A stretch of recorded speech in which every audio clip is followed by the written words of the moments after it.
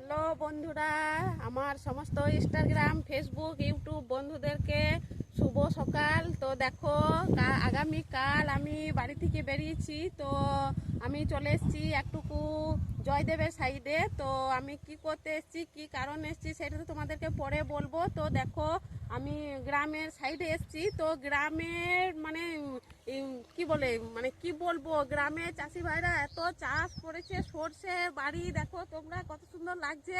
তো সেগুলো দেখে কিন্তু আমি যেই কারণেই এসেছি, কিন্তু মনটা আমার খুবই খারাপ। কিন্তু তার মধ্যেও আমি একটুকু নামলাম যে দেখি চাষি ভাইরা এত সুন্দর চাষ করেছে, একটুকু চলো ঘুরে আসি। তোমাদের দাদা ভাইকে বললাম। তো দেখো, আমি চলে এসেছি সকালবেলায় সর্ষে খেতে। তো এখন আমি সর্ষে খেতে দাঁড়িয়ে আছি। তোমরা দেখো চারিদিকটা কত সুন্দর হলুদে হলুদে ভরা।